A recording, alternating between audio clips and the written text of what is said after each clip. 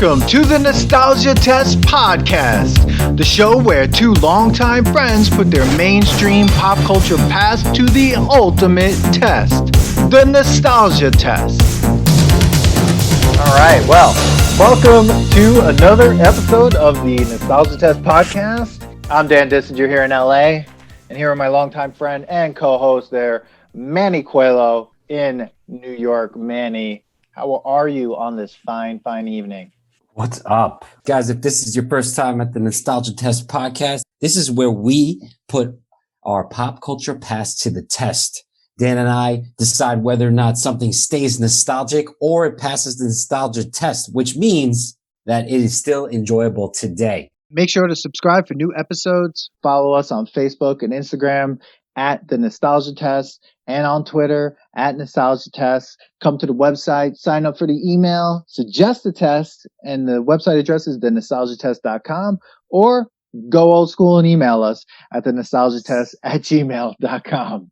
Dude, I'm ready to do this. This was a fun test. It was fun to, I say a couple, like, I wouldn't even call them one-liners, but I like imitate some of the things that happen in this album. So I'm excited. I love this. Like, it's because I had listened to this album, and I guess, we'll just let everyone know like what we're doing. We're putting to the test the comedian Brian Regan's album, Brian Regan Live, which came out in 1997. If people don't know who Brian Regan is, Brian.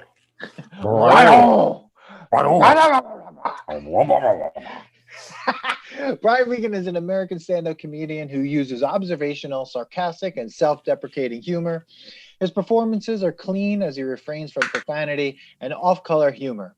Regan's material typically covers everyday events such as shipping a package with UPS, mortgages, and visits to the optometrist. I just want to say off the bat that all does not sound very exciting. Like, the way it's written, it's hilarious to read that, but it's all really funny, which is even better.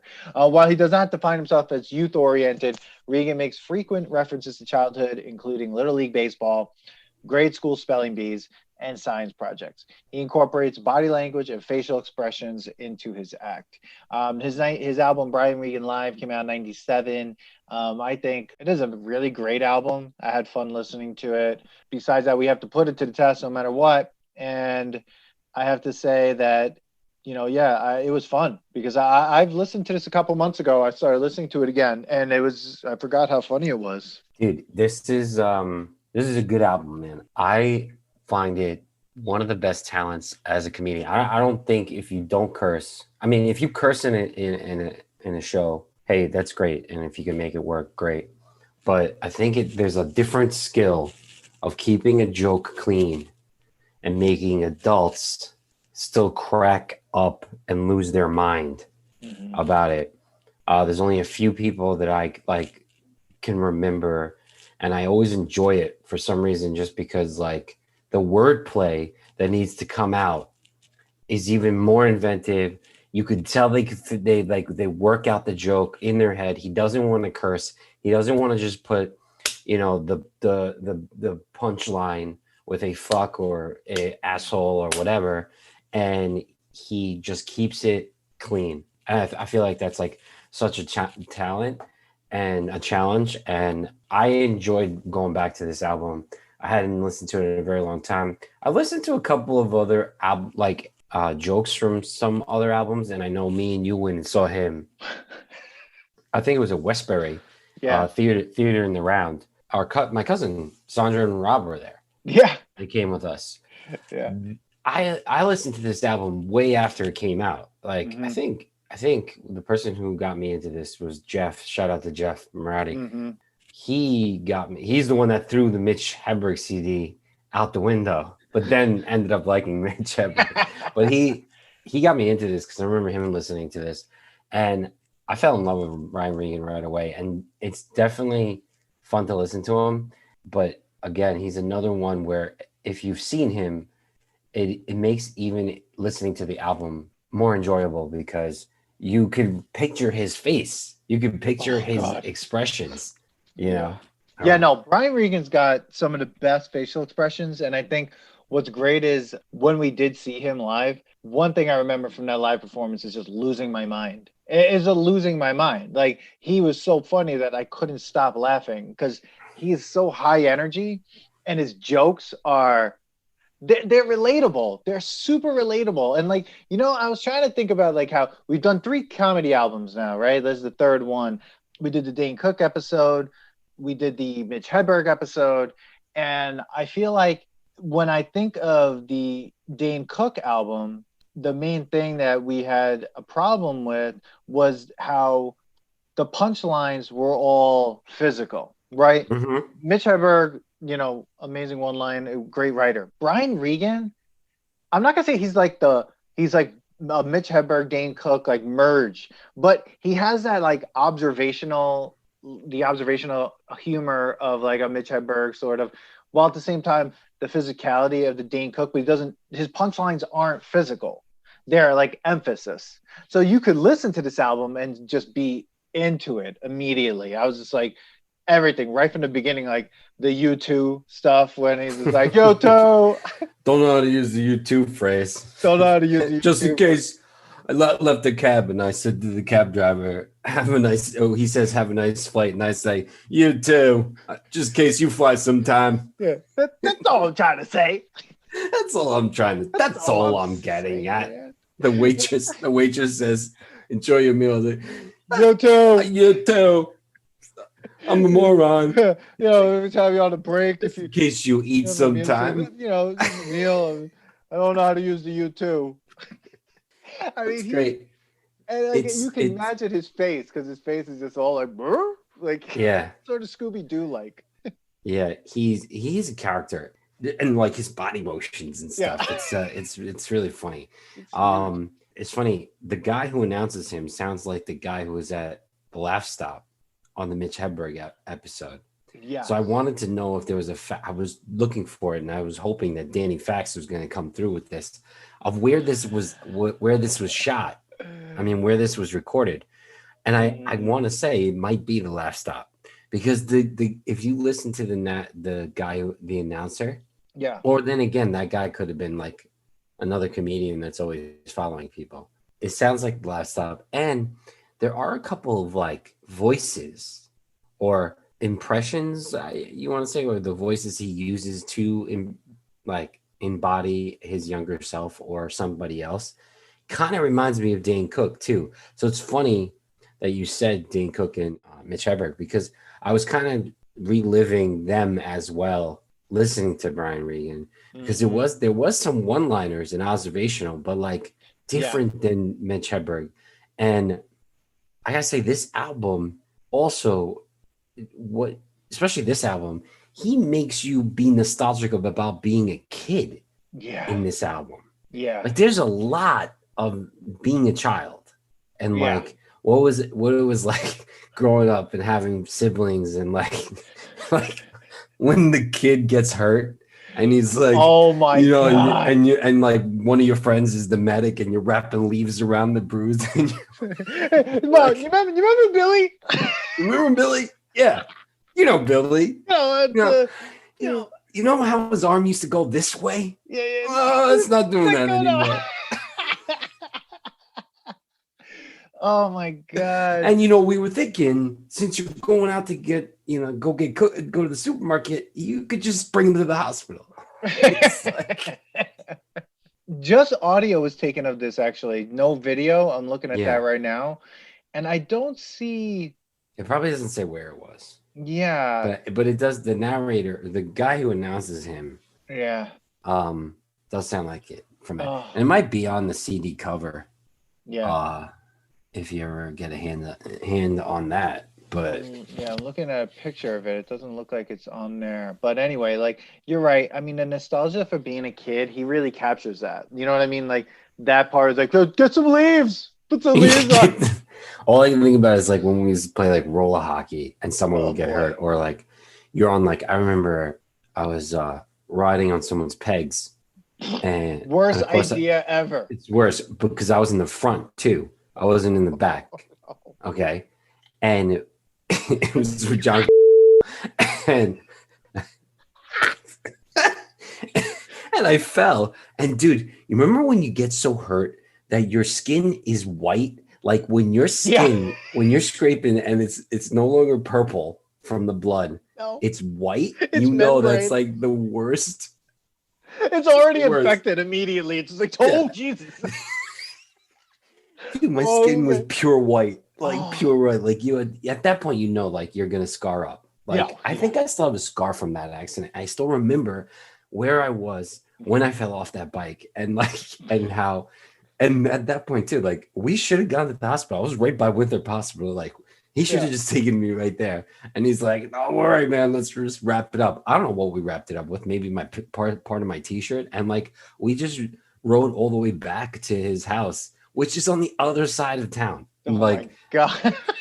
okay, as my skin is like deep white, you know. Oh, dude, Um, I mean, that's the thing. Like, thinking of just that joke alone, how many times, like, either I hurt myself or someone else hurt themselves and I was around, and you're just like that frozen moment where you're like, oh, yeah, oh no. Like, what do we do? dude, Like, there was do another we time. just go? Like, I don't know. Like, how do we help him? Like, Like, yo, we got to finish the game, right? well, that and like when we used to build it, like just the pegs thing. I don't see anyone on pegs because that was just a weird '90s thing, I think, or whatever.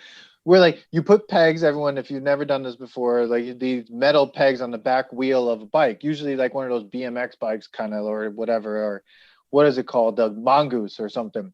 The mongoose, yeah, and the Yeah, dino bikes, yeah, yeah. yeah. You put those pegs on the back. It's like, yeah, get on the pegs. I'll take you somewhere. It's just like, yeah, okay. What you know Like, what's stupid what? about the pegs is that pegs are actually used for like doing tricks on a Yeah, bike, but yeah. nobody in our neighborhood No. was doing tricks with the pegs. Like they were just using it to like get their friend to hop on their bike. Like so, if your friend didn't have a bike, you'd go buy pegs. Yeah. Like there should have been like a time, just like when Benny and Sandlot was like trying to get money to get a ball. Like you're like trying Yeah. to get money to get like the new hot pegs. Like Pegs. I remember I remember when John bought the second peg set of pegs to put them in the front. So he had two, but you're supposed to use that to do tricks. Yeah. I used it to go on the front. There's somebody in the back. Like, why are three people on a bike? Like, as if we were joining a circus or something. Dude, seriously, Like, because why couldn't someone just go get a bike? no, and you know the other, I used to when I was hanging out when I was a kid, and I remember James had a bike with the pegs, and then someone got on the pegs. He's like, I'm like, yo, I don't have my bike. I don't know why I didn't have my bike, and he's like, oh, don't worry about it. Sit on the seat. I'll pedal. I'm like, what? So you want me to sit on your bike? Where do you want me to put my feet? Oh no, it was just me. He's like, put your feet on the front pegs or the back pegs, and then I'll just pedal. First of all, that's a horrible situation. Your ass is in that person's face. But Yo, then, you didn't care back then, man. you're just on a bike. Like this is a good idea, and it's two wheels. That means two people have to balance this out. Get the hell out of here! You're not making any turns. No way. And as a thing, like listening to that, I was like, oh my God, I remember like coming back from the Wilson Park pool and I had my towel around my like shoulder. Bad idea. Because what happened? Riding my bike down a hill, the fucking towel gets caught in the pedals, it's like, and then the bike locks and you're like, what? And then like you just fall over the bike. And it's like my friends are all sitting there and it's like, oh. Oh man, This is ridiculous, man. Yeah. No, that was that whole joke was like so nostalgic on that one. Yeah. And then there was the other one I really liked when he says he had the station wagon. This reminded me of Billy D'Elia. Shout out to Billy. Thanks for coming. Check out thanks for episode coming 20, everyone. Go back. Thanks for coming on Roadhouse. Check out Roadhouse. So he had this in his station wagon where we would go on trips and you'd be on that little seat in the back, which was the most uncomfortable seat. And it wasn't even a seat. No. You're like, your storage. It's not. Yeah, your storage. That's it. And he's like, and you're facing the other way. And he's like, those kids back there, whole different trip. Like, you did not have the same trip. And it's like, I wonder what the signs say. And then made you sick. I hated sitting in that back seat in the station wagon, like facing opposite, like traffic's coming at you. And then that's the weird part. You're looking at people driving and you're just like, where do you look? You can't look at them because you're just like, Well, that's what Brian says in his joke. He's Yeah, like, you're just playing like that. You don't want to stare at the guy looking at you. it's so weird. It's so weird. I mean, I remember like my dad always had station wagons. It was I don't Yeah. know why, and all I did was make fun of him for it. I was like, why are we buying these fucking cars? I'm like, we're getting another station wagon. I hated station wagons, and they always had that like bench seat in the front. Yeah. Except one station wagon that we had, which didn't have a bench seat in the front. But now, you know, there are no station wagons. It's like a car that kind of vanished. There are kind of station wagons, but not like that. There's like they have like a crossover Yeah. is what they would be called. But like I remember that seat back then, your knees were in your chin. Yeah, because your feet Like were like up. yeah, they didn't have the little dip that they have now. Like Yeah. kids have it made. Yeah, they don't get Okay. it. They can plug in like USBs back there now, iPads. Like we had to play license plate game, right? Okay. And imagine you get in a fight with the kid that's sitting next to you Oh, happen all the the time. rest in of my the car. trip. Happen all the time in my car. I could imagine. Don't look out my window. Dude, we're gonna be in the car for 22 hours. Like, I mean, but Wait, also, he had a window? well, if we were just the only ones, right? Like if it wasn't, but the thing is, Yeah. like those cars, also the older station wagons that we had, the windows didn't roll down the back. It was only that stupid window that went just to the side a little bit. The little It tilt. popped open. The Yeah, tilt window. yeah. The window for cigarette smokers. They like put Yes, this that's that all was that able was. to ash. You know, That's ash all the that cigarette. was. And it faced away from the wind. Yeah. So like it Yeah. wouldn't add more drag to the car. Right, exactly. So like I got motion sick all the time. So I always had my face up against it, trying to breathe cold air, like just like and so if I got caught in the middle though, the way Brian Regan talks about the hump, like if I was like alter, it's like, I got the hump. He's like, I I would play die. the opposite Yeah. game. It's like, I got the hump, that's the hump, it's the best seat, right? Yeah, Brian. Yeah, it's the best seat. Oh my god, that was a good one. One of my favorite jokes on this album still is the one of them. I mean, there are many I want to talk about, but like the spelling bee joke, because Oh my god. I don't think you This could hits me hard. Yeah. If anyone knows me, everyone who's listening, Everyone that's I listening. am a fucking terrible speller. I one time spelled my own name wrong. And it's a joke it's a joke that is told every time we all hang out. So yes, Oh my god. I'm a terrible admitted speller. So when he makes sure he does the guy, it's like yeah, the one kid he knew he didn't even want to be there the whole time. So he's like, cat, K-A-T, cat. And he's like, I'm out of here. I'm out of here. He's like, I knew there was two T's. Oh my god, but it's so perfect because like when he says like, all right, everybody, public humiliation time. Spell a word wrong in front of your friends and sit down. It's just like when you think about it now, that I don't think you could get. I mean, I don't know if they have spelling bees anymore, but with all the regulations, but it's gotten like professional. Like there's Netflix documentaries on spelling bees. Yeah, that's got to stop. But like, like these people cry. Their whole life is studying the dictionary. yeah. What happens after you win the ultimate spelling bee? I think you probably get beat up. Like you probably age out, right? There's got to be a specific limit. Like, because if you're that good, you're just always going to spell every word right. So they have to have like a limit of age, I'm sure. Now I'm interested in just knowing that, right? Because like, imagine you're the old guy at the spelling. Like, you're still a spelling bee champion at like 40. Dude, I really think though, like at a certain age, you age out of people kind of being impressed that you could spell well. Like at a certain point, I was like, "Oh, you could spell? Great!" No one gives a shit, bro. It's like, at a certain point, it's like 20. You're like 25, and it's just like, "Oh, do you know how to spell the word?" Blah blah blah. It's just like, no. Like, I mean, it's good. It's good for like trivia games. Like if you're on a team and you have a really good speller on your cranium team, and they like get the yellow card, like yes. you need that person. Like Yeah. my wife's really good at spelling. Like she's always the one on my team that spells that. Like when I get the card, everyone's like, "Oh, here we go." Here we go. All right, so here it is. Although spellers must be no older than 15, there is no minimum age to qualify. So you can't be older than 15. But apparently, you could be any other age. Apparently, you could be. Brian, are you a moron? Oh, apparently.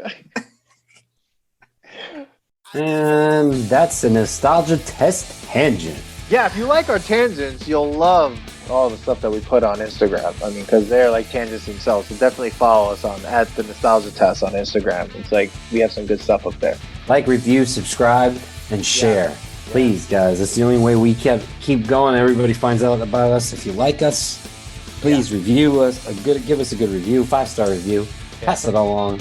Share our tangents and our tests. Yeah, and definitely share. Definitely, because we're doing some Instagram lives. I don't know when this will come out. I don't know how many we'll have at that point, but you can check them out on our YouTube page, but you can also check them out on Instagram. They're pretty hilarious. So. All right.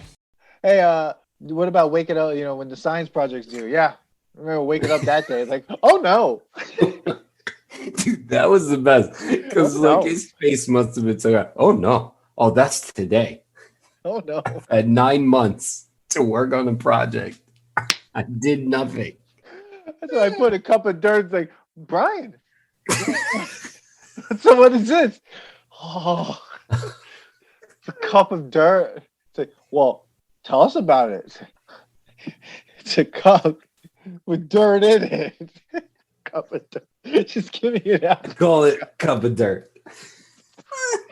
So these are the kids. They're getting their project back. Like they're backing in their project a flatbed truck. This kid can't even zip his own pants, and he built a volcano. And then he's like, the kid comes with the origami. Was it not origami? What does he call it? The planetarium thing. The diorama and the planetarium. The diorama. He's like, yeah, you're breaking ground there, Copernicus. No, what did he say? Copernicus. Yeah. It's like the yellow one is the sun. The big yellow one is the sun. All right. Can you tell us what the other planets are? The yellow one is the sun. Okay. Dude, but it's so funny because I remember that type of shit when I was a kid in elementary school. I remember doing a science project, and I did one I remember 2 distinct projects for my science fair. Oh my God. One was on magnets that I didn't build. My dad loves this shit. He helped me build it, but my dad's like, "Oh, I'll help you." He basically goes, "Get out of my way," and he just like pushes you aside. He's like, and then he goes, "This is how it works. Now I painted this side red on the magnet, and this side doesn't have paint. So what it shows you is like when there's 2 negative. And I'm like, how do you know this shit? Like, so dad tapped into some 5th grade shit. Yeah, and then my job was to basically copy out of the encyclopedia what magnets are and write it on his.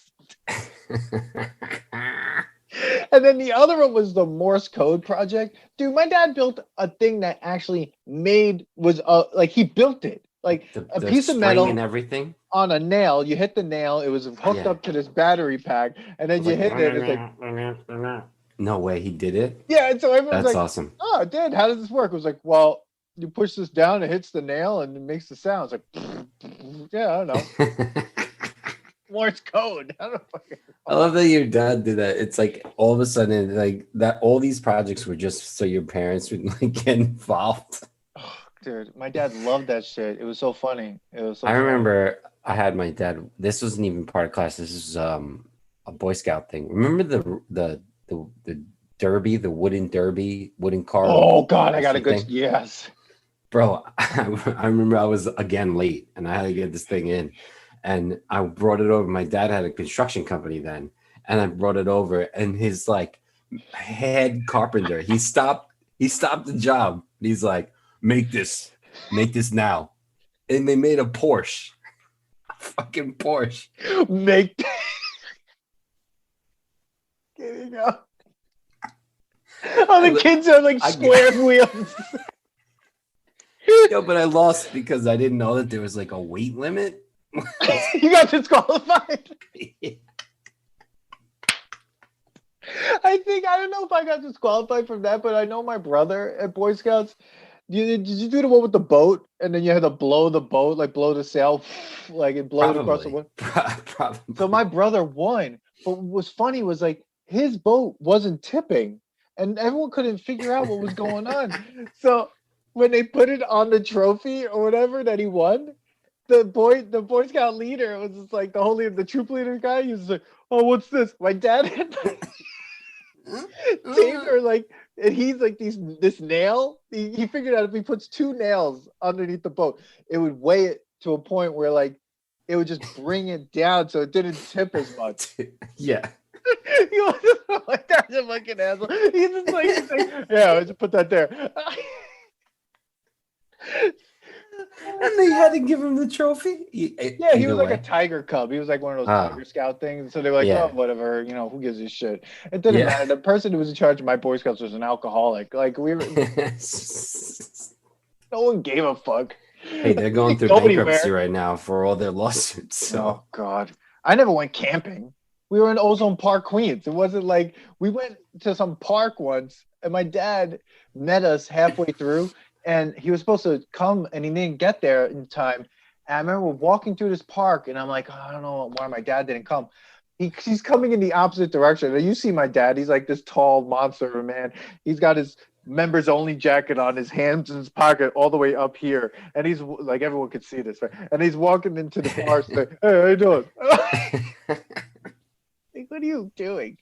They're like, yeah, you can come into the park and see this tree. If you chew this tree, it's spearmint. And then you hear these are onions. I'm like, I'm not chewing bark.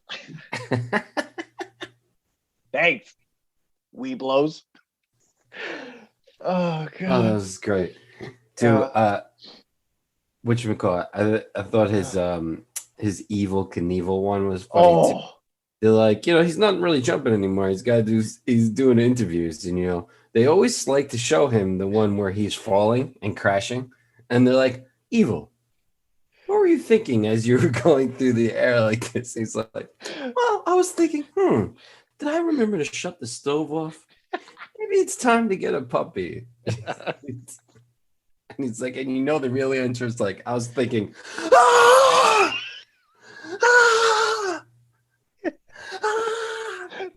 oh wait, that's about right. Oh my god, dude, seriously, every time he screams on that album, I lose it. I totally lose my mind. He's great. He goes with the when he goes chatter. When he's talking about baseball. First, that whole baseball joke, the whole section on point. That whole thing was so on point. He's like, I got introduced to Little League Baseball. Guess where I went? Right field. And he's like, Brian, you got to turn around. And he turns around. Okay. No, stop. Brian, stop. Oh, you mean half turn? He's like, the best thing was that no matter what happened, you get a snow cone at the end. And he's like, Brian, how you doing? Snow cone. Pay half game, get still not as a half snow cone, full snow cone. So I'd rather play half game and get full snow cone. That reminds me of my nephew, because when he doesn't care about game, he's like more of a gamer, so he doesn't care about physical sports. Like, so my sister was telling me the other day that I'm like, oh, how was the soccer game? And she's like, oh, he played, and then he was just like entertaining and like joking around with his friends and getting them to laugh. And then the coach was like, hey, Dylan, get ready. You're going back in. He's like, no, I already played. Like, I'm fine. Yo, I love this kid. I wish I thought of that, because every time I was on Little League, I was just like, oh man, I got to go up to bat again. I was like, I don't want to do this. I was like, please. I did 2 years of Little League, and I was like, I hated every second of it. It's funny though. We used to get the slush puppies too at the end. Like you'd go to the slush puppies at the MMA stand. Yo, they or don't have PLA. those. Yeah, I was like MMA. Not MMA. Guy like gives you, PLA. puts you in like a half MMA Nelson. stand. Drink this. Enjoy The your yellow brain one's freeze. the sun. Dude, they don't have slush puppies anywhere else. Like that's like if anyone knows what it is, it's like literally like ice pellets Sugar. and like water sort of and then just sugar, just It's syrup. it's literally every food episode we're ever gonna do from now until the end of food episodes. It's just sugar. Everything that we did as kids, Dan, involved 20 grams of sugar. Yeah, remember when airheads Slush were pup. big? That's exactly where you would go to. It'd Yeah. always be like high school like students behind doing like the cashier stuff, right? Because all of a sudden you're okay as a business owner leaving a 16-year-old Yeah. to man a register. Yeah, here, you're responsible. Here, you're not going to steal from us. It's all cash. No problem. No problem. Get to it. But like, it was funny when he's like, let's hear some chatter. He's like, what are we, rabbits? He's like,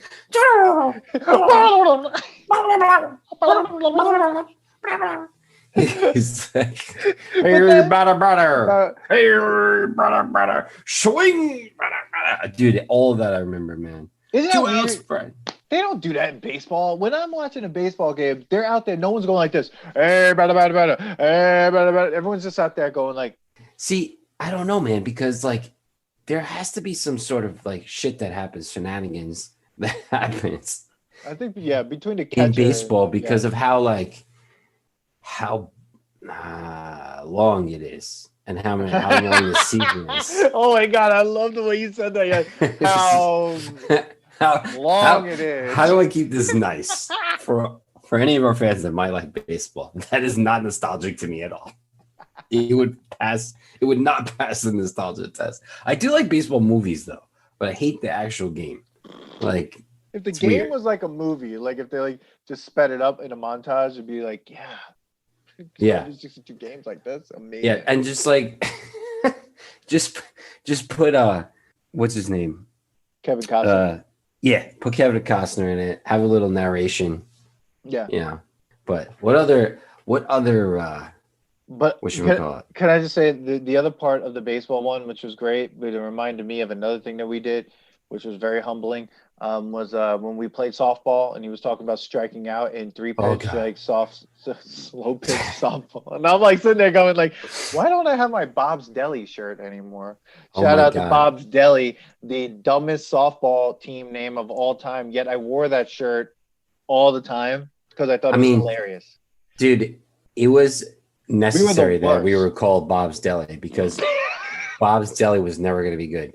What I thought was great is that we were all like, first of all, we were really high all the time, and second of all, we were all like, oh, we're young, like we got this. We were athletes in high school. Yeah, look, we got this.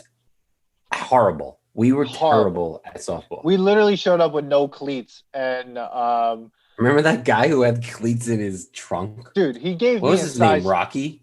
His name's probably Rocky. Probably right. We're gonna call him Rocky. We're gonna call him Rocky. But like he literally and his buddy, like Paulie. I mean, he had a buddy, and I think. Yeah, there was always a buddy.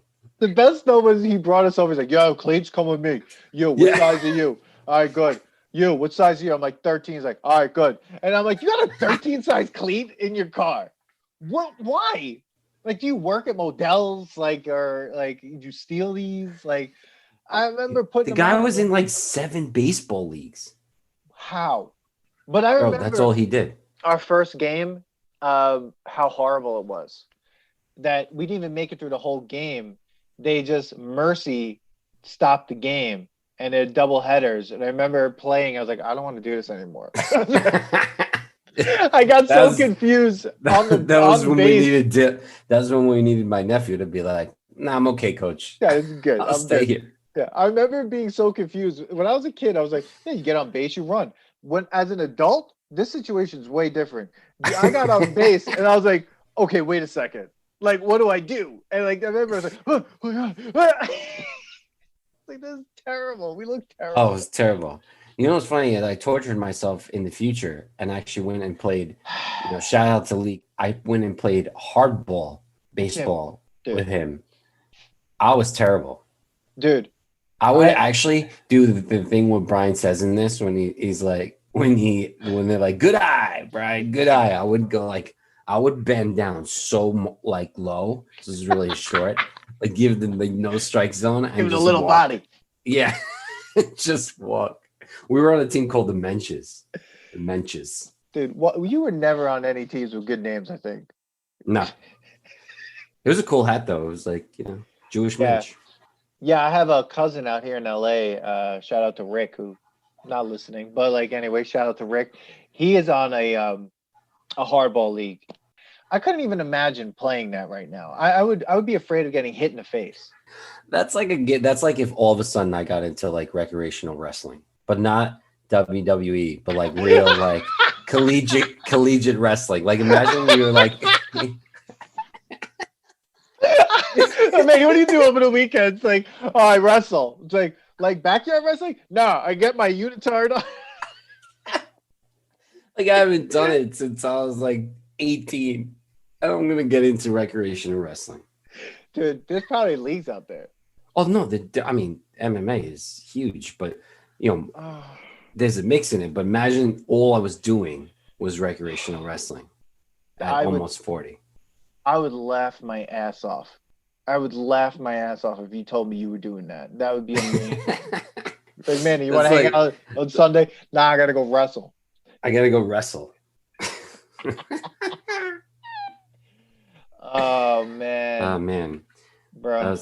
That was good. He was like saying how bad he was, and they're like, easy out, easy out. He's like, most of his stories are just like being a kid is like a terrible thing. Like everyone just makes fun of you and teases you the whole time. Yeah. Like that was it. Stupid in school, lousy in little league. One of the I guess the favorite was the monster truck drivers, but Oh, I thought that one was okay. It was funny. I thought it was all right. About the seatbelts, oh my god. he's like, people just forget about the people in the back seat. Like you get into someone's car, they buckle it out like they're going out in the atmosphere, clipping here, clipping there, and you're like, "What's going on?" And they're like, "Where are the back seat? Like, where's our seatbelts?" He's like, "Oh, that's buried in the seat. You have no chance of finding it." Yeah, we're going. No, don't start the car. Don't start it.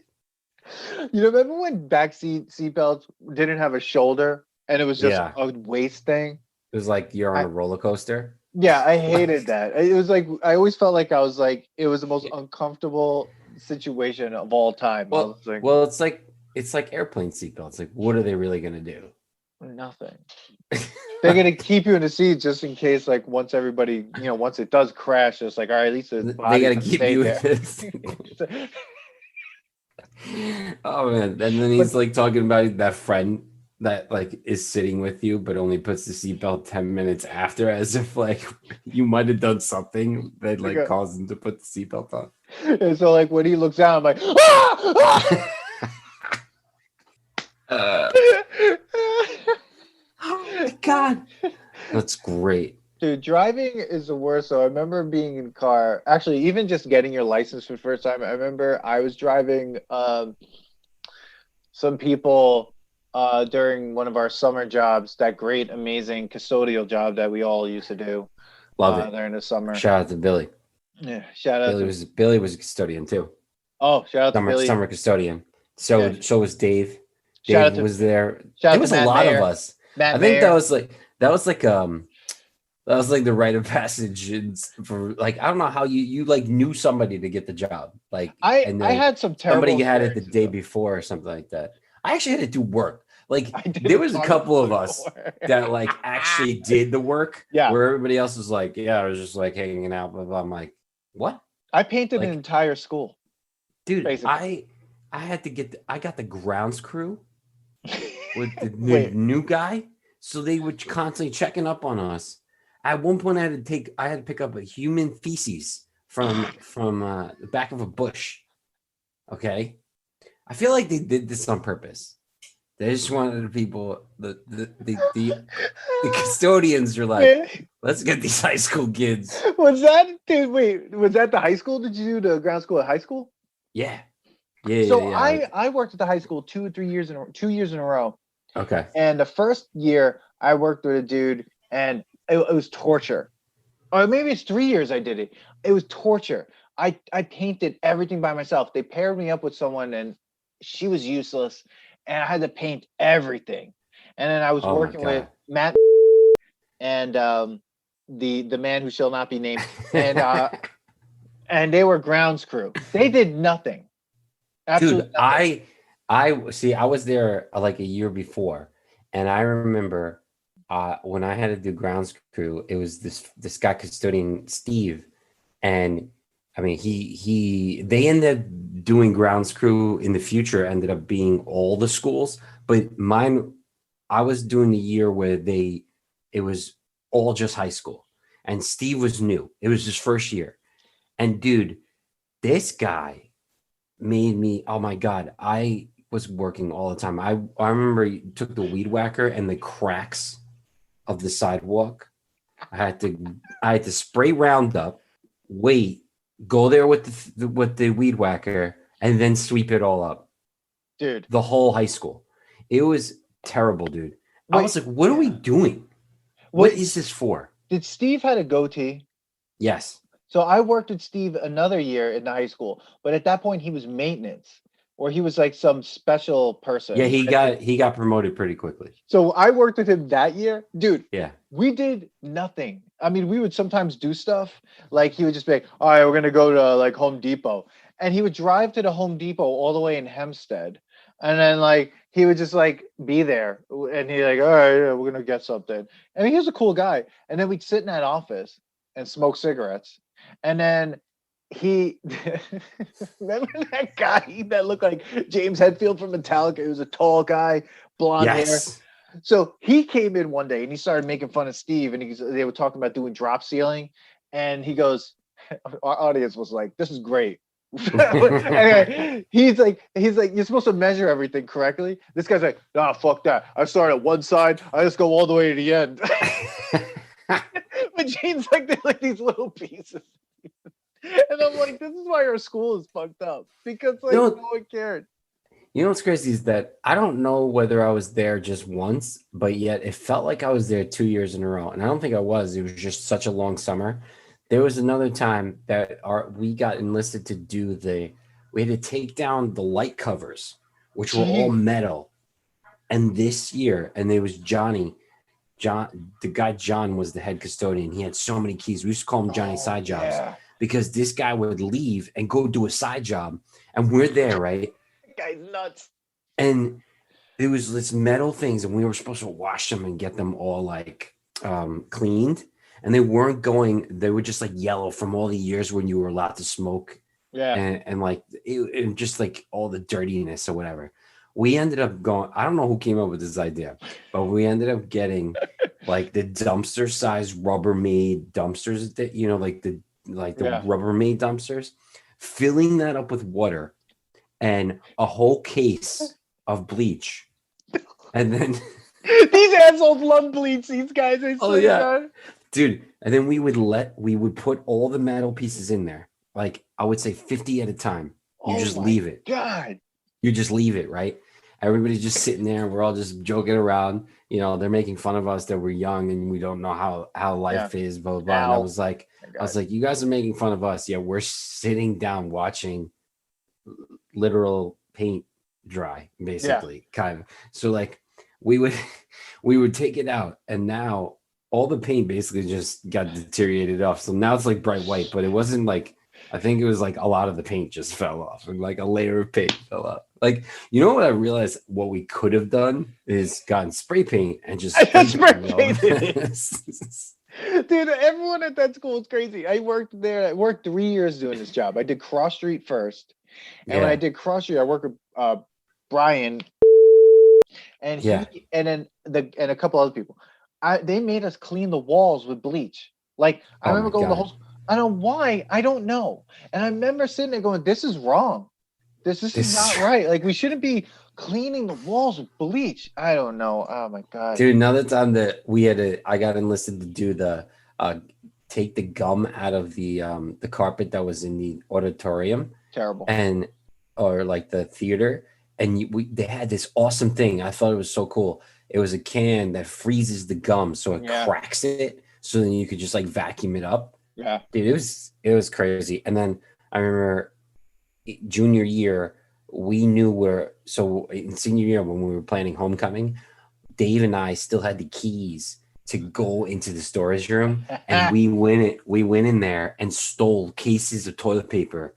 And I remember jumping to Dave's back of his car because the custodian was coming after us, and I thought they saw it, and they were just coming to say hello because like we knew them. Yeah. Like, so they didn't see it, but oh man, I was so terrified. I was terrified. I remember they made us wax the floors too, which was weird because that was like the most important job. Yeah. And they were like, "Oh yeah, just wax the floors." Like, I'm like, "How do you do that?" Like with a mop. I'm like, "That's what?" I'm like, so we mop the wax on? He's like, "Yeah." I'm like, "That's not what I thought was gonna happen." I'm like, I thought you were gonna get that machine. I thought you use a machine. He's like, "No, that's how you strip the floor." He's like, "When you wax it, you use a mop." And I'm like, yeah, that's all you do. That's so oh my funny. god. Oh my god. If you love this podcast and you're a sponsor out there, You want to tip me? yeah, you can email us at the nostalgiatest@gmail.com. So, that's right. Brian Regan's getting us to be nostalgic. That's what I'm saying. This album is like nostalgic in itself because it just makes you that's why it's so relatable. Because like look at all the things we're talking about, all from his jokes, and that's also like all those memories flash through my head as I'm listening to the joke. Like when he's talking about the kid party, they like pinned the tail on my neck. He pinned the tail on my neck. Dude, that was the worst game. I still think about like, why did they let us do this? Like, why did they let us do this? You spin, and like in my head, you spin the kid in a circle, and then you just go, "All right, go." It's like, go. But all those games, I feel like were set up to like make kids feel bad about themselves, especially musical chairs. Musical chairs. Oh my god, is the worst game. No one should play it. He's like, when I first walked in, I was like, doesn't look like we have enough chairs here. It's like, all right, walk around. And there was always that guy, there was always that kid that like walked really slowly and was like trying to get us just like, yo, move, let's go. Yeah. I was like, you know what's crazy is, I mean, I like competition, so it's not, I was just like, what is that game? Like, it's so dumb. It's just, and it's only funny when you're the spectator. Oh, yeah. Because, like, it's just ridiculous. But it is anxiety inducing game. Oh, God. All kid games were. All kid games were just like really badly conceived.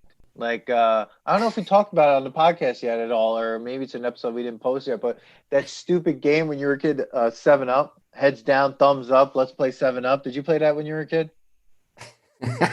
Please tell me you played that piece of shit. I did. When I think back, what was the point of the game? The point of that game was to put your head down, thumbs up, you played 7-Up. So 7 people walked around and put thumbs down, and then if your thumb was put down, you tried to guess who did it. That was it. Now, you're expected not to cheat, but the easiest way to cheat in that game is to put your head a little, like your arm off the desk a little bit so you can see the person's shoes, and then you just pick the person's shoes, and you're just like, you. Yeah, okay, thanks. Like, I would assume Jess Stanisic. Yeah, I'm calling you out, Jess. You probably cheated at that game. Because you're a cheat. Just kidding, Jess. Don't worry, Jess. We're just joking. Oh God. I mean, did you do prank calls? Because like when I heard his prank calls piece, I was just like, oh my God, that does me. Yeah. I did. I used to do prank calls, but like they were so stupid. Like some of the prank calls were just me hanging up. You know, like so none of that is really that funny. But I was like cracking up about it. I actually I did some prank calls when I was in college because we were high. It's doing stupid shit at the Vermont houses when we were like 20 of us. We would call up. We used to crank call one of the girls. This girl Danielle. We knew the number to the Vermont house, so we would call up. And my friend Matt, shout out to Matt. Matt's definitely listening. He always listens. Thank you, Matt. Appreciate it. He called Danielle and he's like, "Is your refrigerator running?" And she fell for it. She's like, "What?" He's like, "This is the service department. We just want to know if your refrigerator's running." And she's like bending down to check to see if the refrigerator's running. And I was like, "This is so stupid that this childish game is like so much fun for us." Dude, I remember. I think Steve. Shout out to Steve and Brian would tell me about prank calls they used to do, and they had the greatest thing. They would just like call someone and literally started with like, "Guess who?" So, guess who? Oh, shout out to Steve. Steve hates this episode. We're getting along too well on this episode. Oh, Steve, you're getting a lot of, we're getting a lot of listener mail on how much they don't like you. Zero mail, but it's funny listening to that because I'm like, that is, I think I was nervous about doing any sort of prank calls. I thought prank calls I would just like feel like, I mean, I don't even like making phone calls now and like having to call and then like be like, oh, they're going to do. That's when like *69 and *68 or whatever. That ended prank calls. *69. Yeah, totally did. That ended it. And caller ID. Yeah, that ended all of it because you couldn't think about Jerky Boys started like fading around that time. Yeah. There's the one of my other favorite ones here, and I talk about this. There's 3 things that humans look weird doing from afar, and he brings up 2 of them: spider webs and bees. Oh my God. Getting attacked by a spider web. Well, not you don't get attacked by a spider web, but walking into a spider web, getting attacked by a bee is the funniest shit to watch because you're the only one that knows what's going on. He's like. Everybody's watching you from afar and you're just swinging and shit. Yeah. That was great. The other thing is strange is watching someone eat a banana. Because they think it's strange. I feel like everyone has this panic over eating a banana. It's like, eat the banana. It's just eat the banana. Eat it. Eat the banana. And guys, stop watching other people eat bananas. You're the creep watching. Why are you watching people eat? Exactly. All these things that happen to us like can be seen as odd for no reason. Like, and the spider webs one is like one of my favorites though, because like here in LA, there are so many fucking spider webs, man. It's just like you walk under a tree, you're getting spider webs all over you. The reaction to a spider web is funny because in a way, it's just this light thing, right? Yeah. Like it could be just like hair in your way or just like a light breeze, but in the back of our minds, what we're thinking is that there's a spider attached to that fucking spider web. Oh, yeah. So you're trying to get that shit out. And you can't get up. You don't know where it is. And you're like grabbing at yourself. Like you look weird. Everyone's like, what's wrong? It's like, you're like, spider. It's like, God, no. It's like you feel it like hanging somewhere, like off of your eye somewhere or your nose or your. And then if you have a beard, it's terrible. Oh, it's God. Terrible. Bees I used to do a lot with bees, but punch every bee in the face. No. Shout out to Dane Cook. Now shout out to Dane Cook. Dane, if you're listening, shout out to Dane Cook. Since you're listening. That was a great read you did with the group from Richmond High. So what you call with bees now, I just kind of let them be because pun intended on that. Because they're not really bothering me that much unless they get close to my ear. That's kind of annoying. But like other than that, I'm just kind of like, okay, just get out of the way. Like I go like very slowly now because I don't want to get fucking stung, Dan. I've never been stung. Really? So I'm not sure if I'm allergic, which is a bad thing to find out at 40. No, yeah, that is a bad thing to just find out on the fly because so I've been stung by a bee and it is horrible. I hate it. Yeah. It was terrible. First day of my school. Niece has been stung 5 times, so she's terrified from them. How did that happen? I don't know. She's got to be doing something. So she when it happens, she freaks the fuck out and like is always like erratic and stuff. And I was like, you're just gonna scare the bee and it's gonna end up stinging me because you need to just like get up calmly, just go like this, Yeah.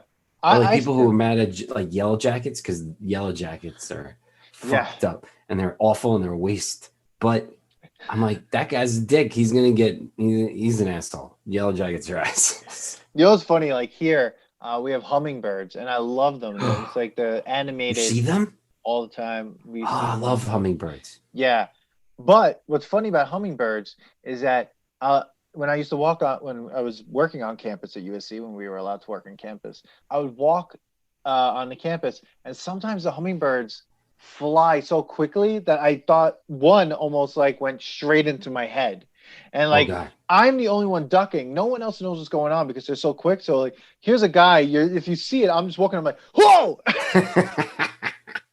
No one else, because also everyone else has their earbuds in. So like whatever everyone's listening to, it's like, why am I singing the Mario Brothers song right there? I was literally like, You're like walking through the streets.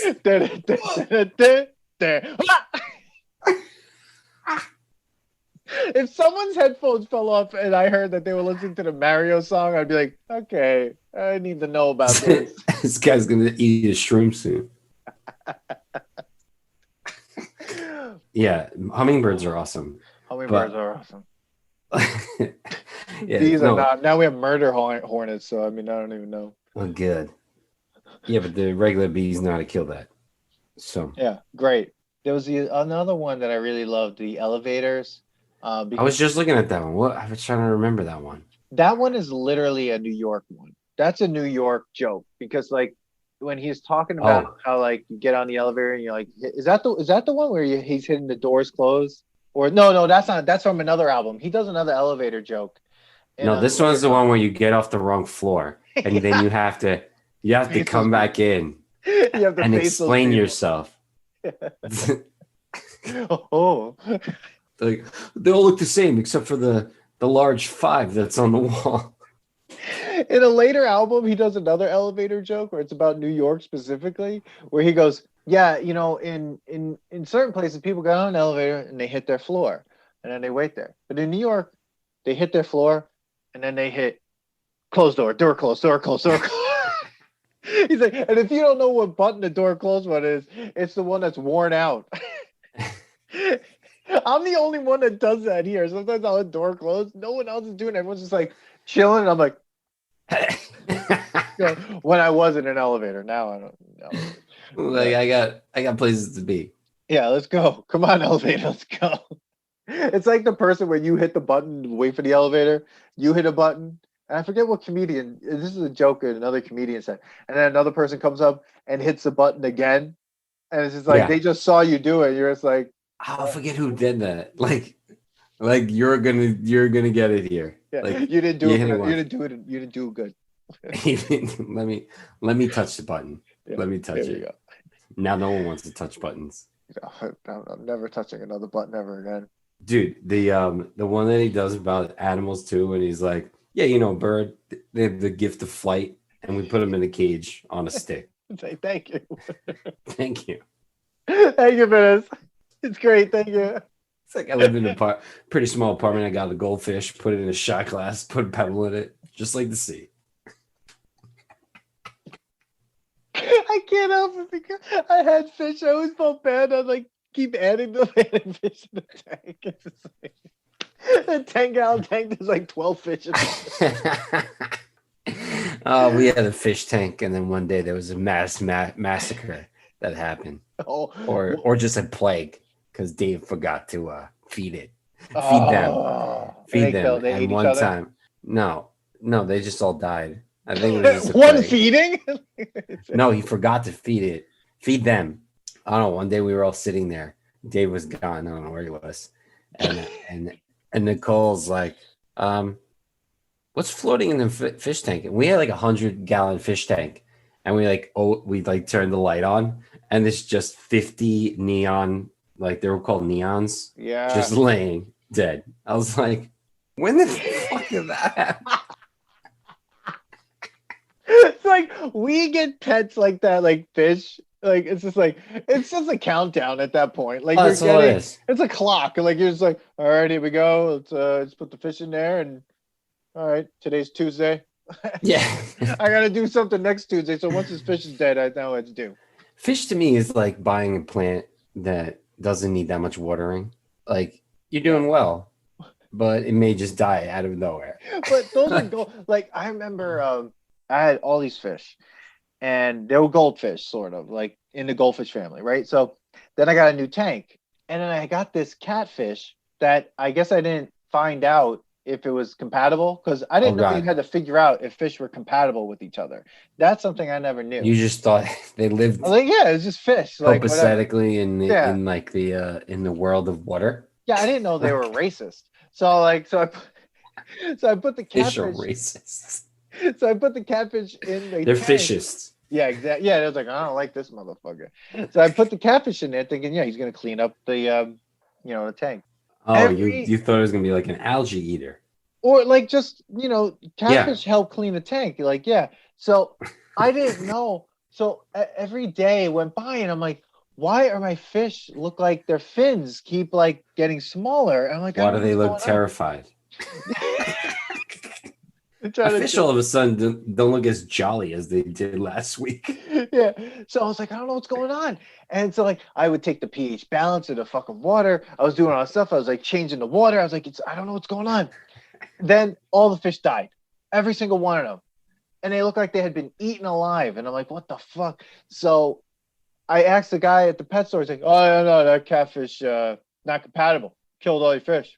I was like, what? So I remember I had one fish left, I think, or two or whatever. And I was like, I don't know what I'm gonna do with this catfish. I don't want to like flush it. So I go to Mike, shout out to Mike, and I'm like, you want this thing? He's like, hey, I'll take it. So he puts his catfish in a tank, just the catfish, right? And all my fish died because they couldn't be saved. And I'm like, Mike, how's the catfish go? He's like, dude, the thing is huge. It's huge now. I'm like, well, what are you feeding? He's like, nothing. I actually took some water out. It's sitting there. It keeps growing, and it's in 6 inches of water. We can't. Yeah. I went That thing just eats it's literally algae. just in like It 6 just inches eats of water, and I'm like, Jesus Christ, man! You can make an appetizer out of that thing. Oh my god. Dude, we got to get Mike on the podcast if anything, just to tell stories. Fuck, like we'll just like, are your stories nostalgic? The birds thing too. I don't know. I had birds. Yeah. Not as many as Dave does. Shout out to Dave. This whole episode is filled with shout outs. And that's a nostalgia test tangent. But it is weird to me to think like you have a bird and yeah, it can fly. And I love how Brian Regan gets that. He's just like, yeah, thanks. I have a gift of flight, and yeah, this is great. Put me in a cage. I already read the newspaper. I'm gonna white it out. Yeah, I lost my birds. I basically opened the cage and they left. I think as a kid I just wanted to see them fly. They left. Goodbye. I had a hamster once. That was interesting. Yeah, I didn't have a hamster, but I had turtles for like 2 days. Why do we have these pets? I'm trying to figure out like this joke just makes me realize it's like, what are these things that we decided like those they're not I mean, I'm gonna probably get chastised for this, but they're not pets. They're not, they don't know what they're not showing any love. They're just in a place that they're not getting attacked by predators. Yeah. And you're feeding them. You basically just save them from that, but like they don't know that. They have no idea. Like if a turtle didn't, like my grandma has a turtle, because somebody gave it to her and they didn't want to take care of it anymore. This thing's massive, right? And turtles live, and I was just talking about this because I had just lost I just lost my puppy. 16 years. Shout out to Rocky. Oh, love this guy. Miss him every day. And me and my wife were saying how is it that dogs can only live for 16 years? And yes, people that are listening, I am a dog lover and only a dog lover. And yeah, if you have other pets, good for you. Okay, fine. But this is our show. We just lost all our listeners. This is what I'm talking about. All right. What's not nostalgic is pet fish, lizards, geckos, snakes, and you know what? Turtles. Because they live to 100, and what do they want? If you took that turtle out of whatever you have him in, pond slash, tank, he would leave. He would not come back looking for food. He would leave. Yeah. He doesn't know where the food. He's just gonna keep going looking for insects, and then a pelican is gonna come down and swoop him up and kill him. Okay, so all you're really doing is saving this guy from death from a predator. Yeah. Literally. I mean, it's so weird when people get pets like that. I never understood it, and that's why I love this joke so much, because it names those two things. This is like, and then that's the thing about his jokes. Like, they compound in your memory and they bring up all the stuff that we've been talking about. And like, it makes me think of people who've had snakes as pets, or my mom. What the fuck? My mom had a friend when we were living in Queens. They had a ferret. John had a ferret. That thing scares the shit. That thing scared the shit out of me. It's a rodent, and it's like, it's trying to hurt you. And they used to walk it. Stop walking things like that. Don't put it on a leash and go outside with it. You look like this person's walking a ferret. It's like, what are you doing? It's like, when I had a hamster, we had that ball, and the hamster used to walk around, right? Why? It wants to leave. It wants to go. You're torturing it. Went down the steps, and it's just like, because you wanted to get the hell out. Oh my god, we gave it a name. Ferret, and then like the hamster, it reminds me of the witches. Like you just set up all these different like obstacles for them. Like, oh, they're having a great time. Like, no, they're just looking for food. Yeah, they want to find tight space to protect themselves because they're looking for food. And they're gonna bite. Why do I know that? Because I have 5 mice that I had to discard of this weekend in Vermont. Okay, yeah, that wasn't fun. Okay, they were just dead because we're poisoning them. Yeah, if you're a mice lover, great, good for you. They're great test subjects. Oh my god! I'll take comedy style. This episode is sponsored by Lithology Brewing Company out of Farmingdale, New York. It's a Nano brewery. Come down. Ingredients: 60% New York ingredients. Edit point. That brings me to whale noises. Is one of my favorite ones. Oh my god, whale noises! It's like the best is like he's like, so the guy's his whole job is to tell you how the whales are feeling.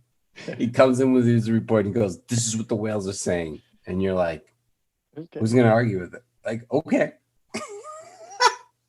I had this whole conversation all the time, and I feel bad because I'm like sitting there going like, how do we know?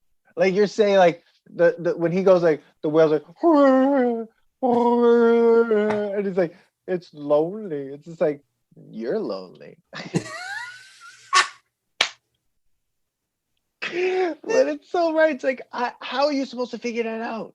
Like, you're not. I'm like it's like, oh, it's not giving you a facial expression. It's not doing anything. Like, I get it. They have a communication system. They're not having a conversation where they're like, hey, what's up? How you doing? Hey. That's the best. Hey.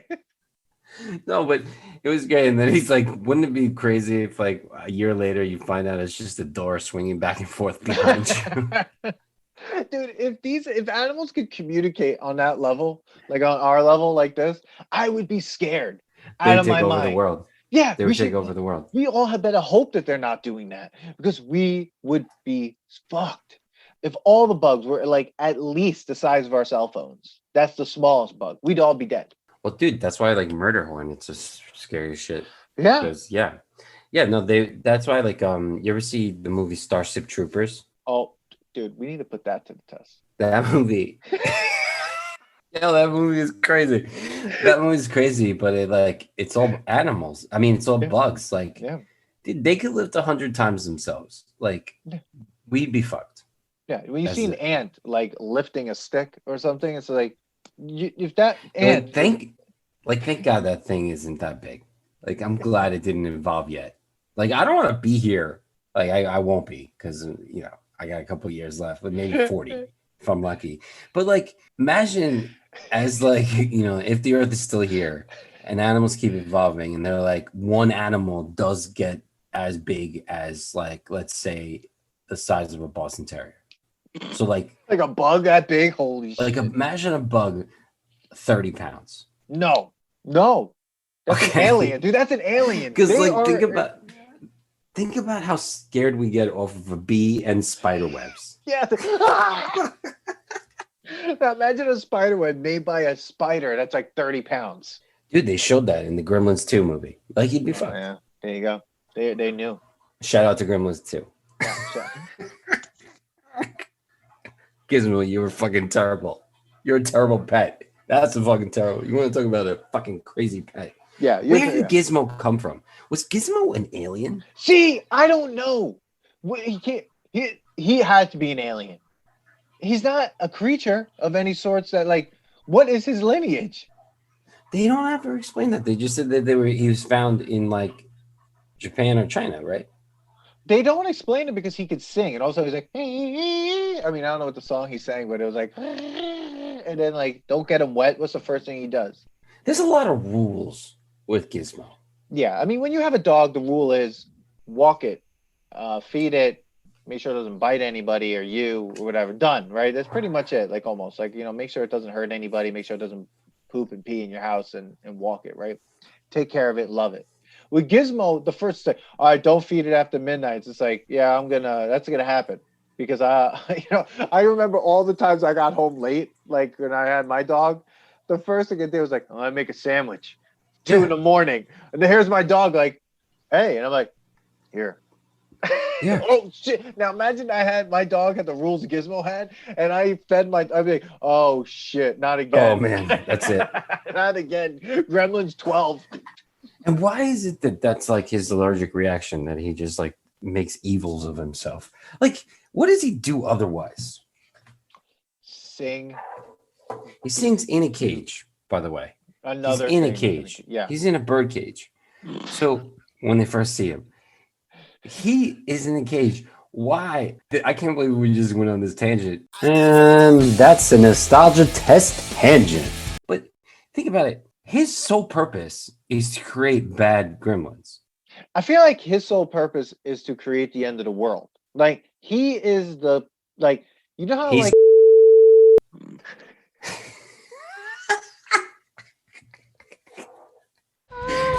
Edit point. One last one. Go ahead. Which is the last joke that he finishes with is, why do dogs bark at 3:00 in the morning? And he's like, not like during the day barking, like, oh hey, remember that time? Yeah. It's like you're talking about the one that's like, hey, hey, hey, hey, hey, hey, hey, hey, hey. Oh my god. Oh my god. Dude, do you remember the movie Turner and Hooch? Yes. That was with Tom Hanks, right? Yeah. So you remember that scene when the dog is outside and he's doing this? He's just barking for no reason. And Tom Hanks runs out there and is unaware. He's like, what? What? He's like, what do you want? Like, you're not hungry. You're not eating the hamburger. You're not eating the bun. Eat the bun. You're not thirsty. You're not drinking the orange juice, the water. It's like, what do you want? You want me to make you a margarita? Shut up. And every time, like, I hear this joke, I think of that because it was just like, dogs do that. It's just so. What are they? My dog would do that sometimes. I'd let her out when we were on Long Island, and it's just like, late at night because she wanted to go out. She'd go out there and all of a sudden she just start barking. I'm like, what the hell is she barking at right now?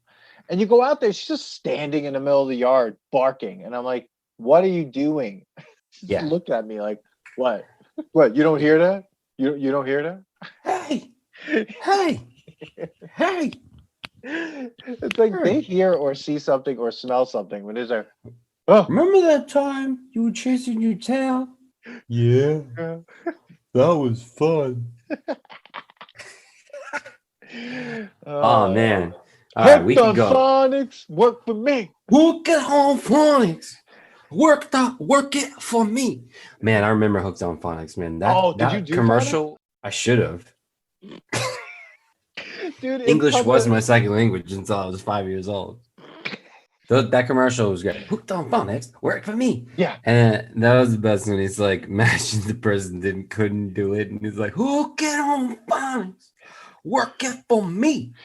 And he's like, you tell him. We ain't moving a lot of tapes this way. That's the Utah girl. Oh, you know what we almost missed? Go ahead. Wrap this up. When the teacher goes, Brian, what is the plural for ox? And then like the gun is like, oxen. He's like, what's plural for box? Boxing. Many geese. Many geese in the woods is in the what is this in? Brian, what are you doing? I don't know. How do you make something a plural, Brian? Add an S. When? Always. Oh my God. Oh, Brian Regan, man, you made us go back. That's woo. Yeah, everyone's got to know what we're gonna say about this episode. Yeah, it totally doesn't pass in themselves. Oh, it's fucking terrible. This thing is Three Musketeers, the candy bar.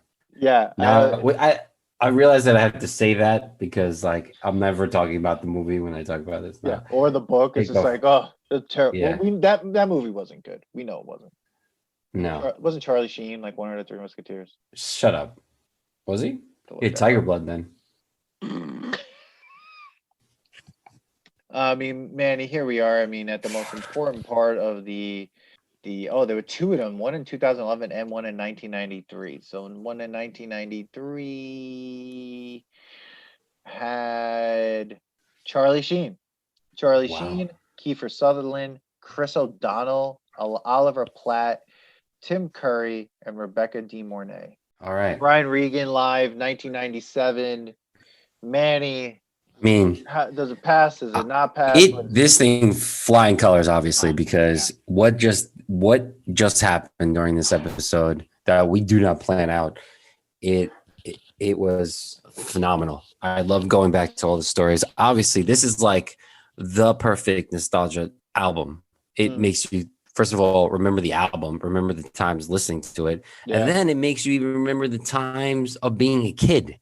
You know, growing up, even if you grow up in any era, I think you can relate to some of his stories. I mean, even I think if like you give it to someone who's maybe 10 years younger than us would still like kind of remember some of those things, like those classic things. And like, he's so observational humor, like, and again, so skilled to not have to like make this dirty. It was so much fun. It's like the same feeling I get when I watch Sandlot. It's the same feeling, just wholesome fun. It's just a good time. Yeah, great album. I agree. I mean, it passes with flying colors. It was just so much fun to listen to and then talk to you about. I think like even the jokes, I'm thinking still that there were jokes we even talk about, even like the idea of his name and like when people give him. Brian. It's Caroline, Brian. Caroline. Sorry, Carolyn. Oh shit, we missed the one was like, how's that baby doing? No, that's something you guess at. Never. How's that baby doing? Baby. So you know, words are coming out of your mouth, and it's just like, oh no. He's like, take good care of the luck you might have. I was just like, oh, my name's Amy. Oh, A-M-Y. It's like, no, A-I-M-Y-E-A. I was like, oh. I was like, what's your Brian? Yeah, B-R-X, the letter Q, number 3. It's very hard to say my name. Oh, man, yeah. Oh, God, it's still going. But, like, I think Brian Regan's album passes the nostalgia test. I think you're right too. Having a comedian be able to do this and make jokes without cursing and create punchlines that are just fun and amazing, and also in a time where like we need to laugh, we need this, and the skill that he has of writing these jokes without curses as punchlines or pauses and stuff like that really goes to show that you can be funny and get as many people in on the joke as possible, and it doesn't have to be too crazy. Passes with flying colors with me too. Brian Regan live. Very relatable. Yeah, absolutely. Whew, well, Manny, another great episode. Like, subscribe, comment, share. Yeah. Let us know what you think about Brian Regan and any Yeah. other comics that you think that we should put to the test that make you feel nostalgic, that you think that might actually pass the test. Because I'm gonna try to think about our next comic album to listen to. Go to our website, thenostalgiatest.com. Right there on the right side of the website, all the way at the bottom of the list, it says suggest a test. Click that, suggest a test. Let us know what you want us to test. Join the mailing list. It's all on that same side.